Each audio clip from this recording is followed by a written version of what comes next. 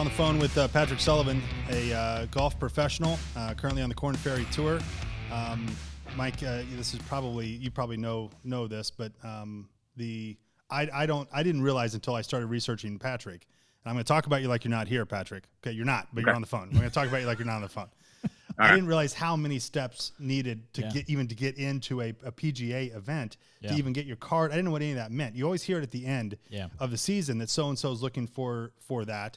And only then did I realize how many different tours and things had to happen. Yeah.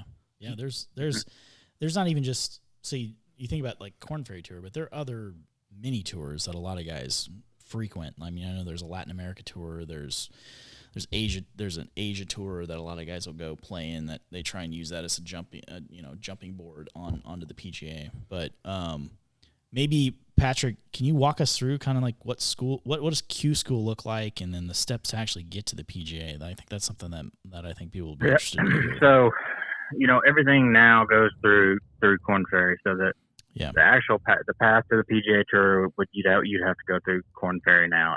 There's other paths, maybe Monday qualify and win, do something like that, right? Mm-hmm. But for the most part, 99% is through Korn Ferry. Well, to get Korn Ferry status, there's a lot of different ways you can do it. You can Monday in, top 20 every week, and earn enough money to get status that way. You can go through one of the 3 tours in Canada, South America, or China, and finish essentially top 5 on the money list.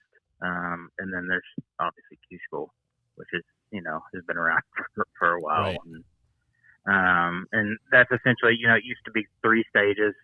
They've added another stage.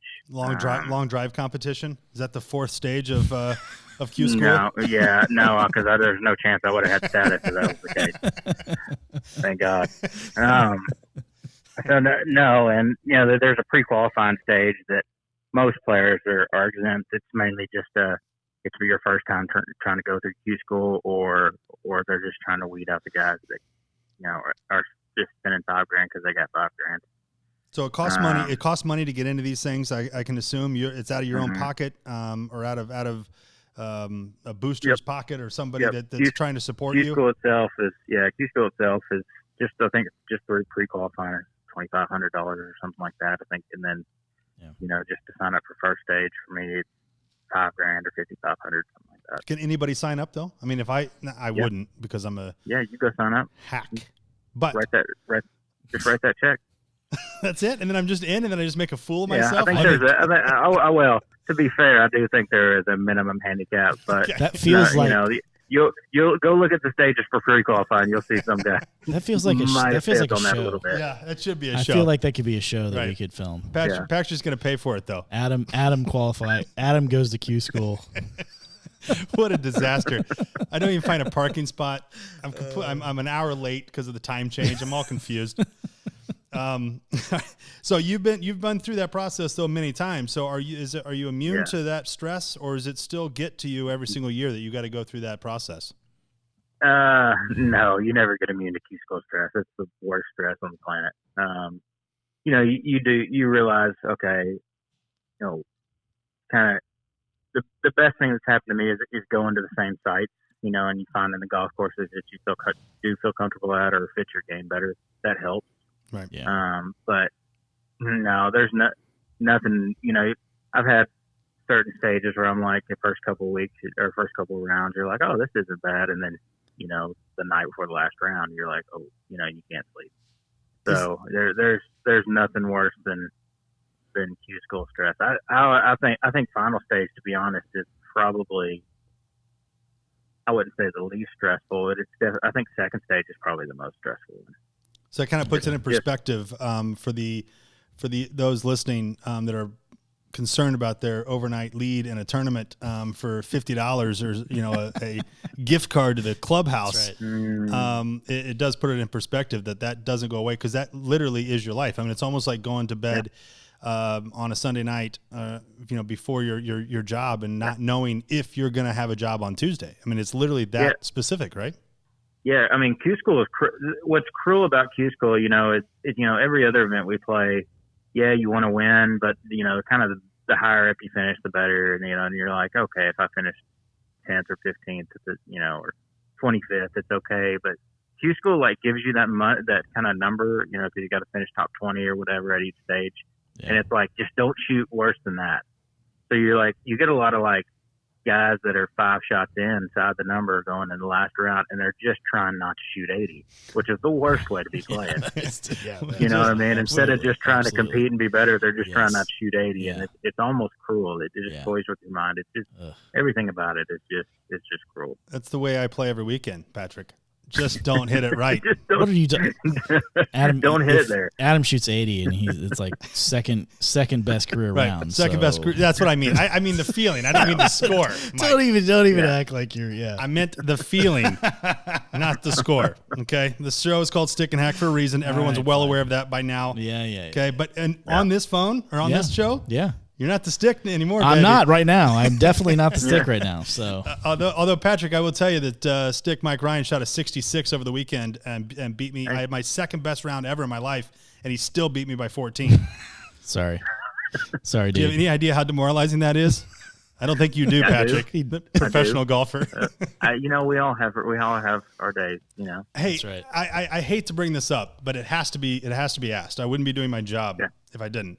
You had, because I read the article, you had a moment that every golfer dreads, which is a 5-foot birdie putt to take you to the card. Correct? Yeah, to get guaranteed start. Yeah. Correct. Run me through that, and I'm not going to spoil the ending, so you give the ending. Well, I mean the ending. Do you want the lead up to it? You want the big lead up to it? I just want the ending, baby. I just want to know what the hell happened at the end. The ending is it didn't go in. But it wasn't the missed 5-footer was the issue.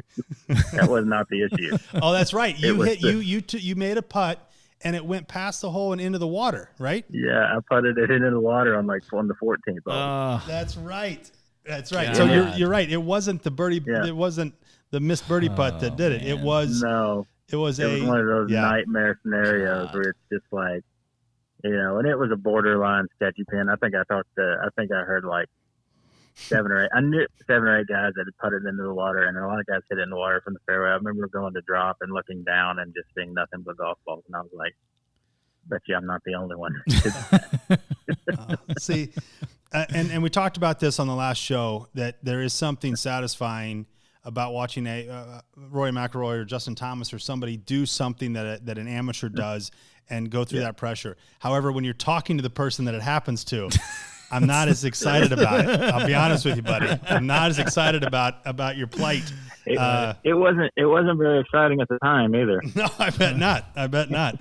All right, so give us the difference between being on the PGA Tour full time and grinding it out every week on the mini tours. Is it as big as it seems, that difference? Because to a amateur golfer, even Mike, myself, it looks as if everybody on the tour are the cream of the crop, the best golfers. But you're pretty damn good too. So where is that difference? What is the difference between a JT and a Patrick Sullivan? I don't think it's not much difference at all. It's just, I mean, there's a little bit of talent level. I mean, if you're talking about Korn Ferry and PGA Tour, there's almost zero difference top to bottom. Yeah. I think, obviously those players are great, and you've got the top of the PGA Tour are the best players in the world. But the difference is not, if JT and I were going to go play at Monday practice room together, I feel like I could be. Right. You know what I mean? I may not, but he just does it more consistently over time. Right. And he's got talent that I don't have as well. But I feel like same thing the other way. But yeah, if you played you see there's a lot of guys, that play Korn Ferry, and they'll miss a cut and go finish top 10 the next week on the big tour or something. I mean, there's not much of a difference at all. Yeah. Now, if you're talking, mini tours, there's a lot of guys out there that can play. I don't think it's as strong top to bottom, because in mini tours you got a lot of guys that kind of have money that are teeing it up, and that's with power too, and they're chasing their dream.